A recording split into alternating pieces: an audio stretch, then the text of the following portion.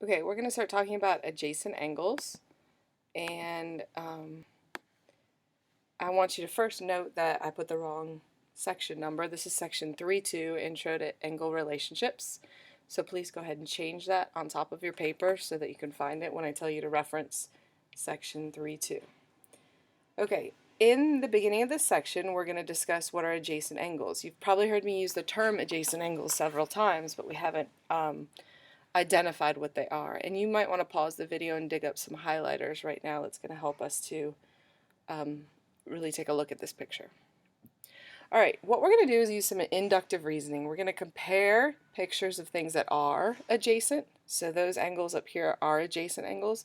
And then we've got some non-examples down here, some things that are not adjacent.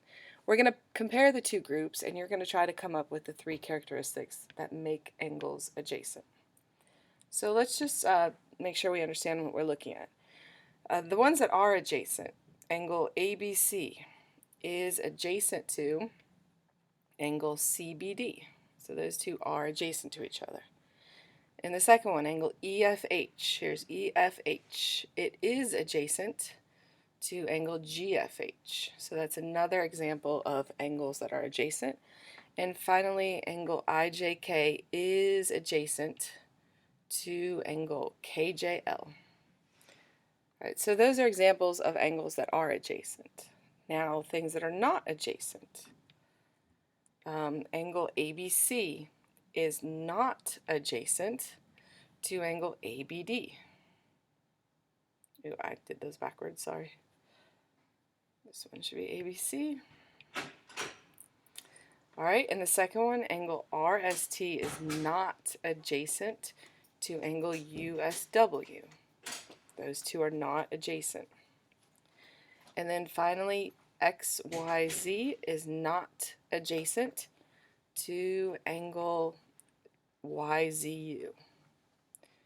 All right, I want you to pause the video and take some time to try to write out what three characteristics you can find that all of these adjacent angles have in common, but may be missing in one or more of the examples that are not adjacent. So compare the two groups and try to come up with what it means to be adjacent.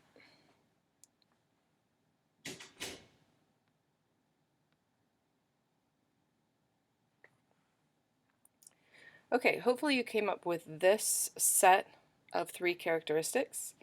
If we look at these two right here, the pictures look pretty much the same, but you'll notice that we're talking about different angles. With the first example where they are adjacent, they're back to back next to each other like that.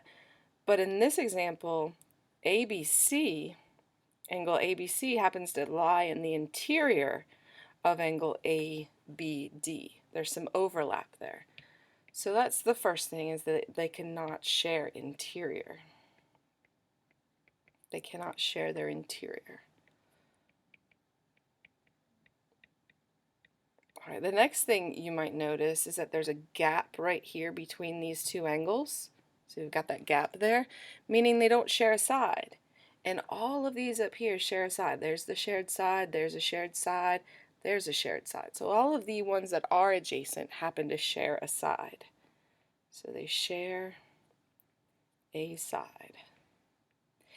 And you might be wondering, well, what about this one? They share a side, but what they do not share is a vertex. The blue angle has vertex Y, and the orange angle has vertex Z. So they must also share a vertex. Okay, so that's how you can identify adjacent angles. They don't overlap, they share a side, they share a vertex. So I like to think of them, they're like next door neighbors. This angle and this angle, they're like next door neighbors, but they don't get in each other's yard, so they don't overlap at all. Okay, angle pair relationships. We're going to move on and investigate some more, but before we do that, we need to know how to write our conclusions. When you write a theorem or a conclusion, it's best to put it in what's called if-then form.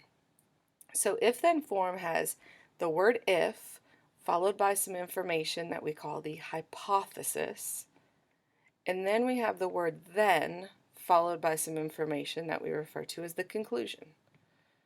So the hypothesis is the conditions that need to be met, and the conclusion would be what would happen if those hypothesis conclusions were met. So here's an example. If two lines are perpendicular, then they intersect to form a right angle. So if we have two lines that are perpendicular, if we meet these conditions, then the conclusion is they must intersect to form a right angle. So that's how we use an if-then statement to write a theorem or a conclusion. So I'd like you to pause the video again and try to finish the complementary angles theorem and the supplementary angles theorem, writing in if-then form what you know about complementary and supplementary angles.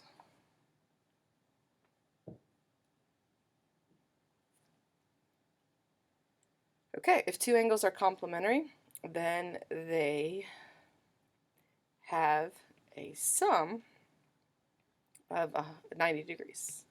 And if two angles are supplementary, then they have a sum of 180 degrees.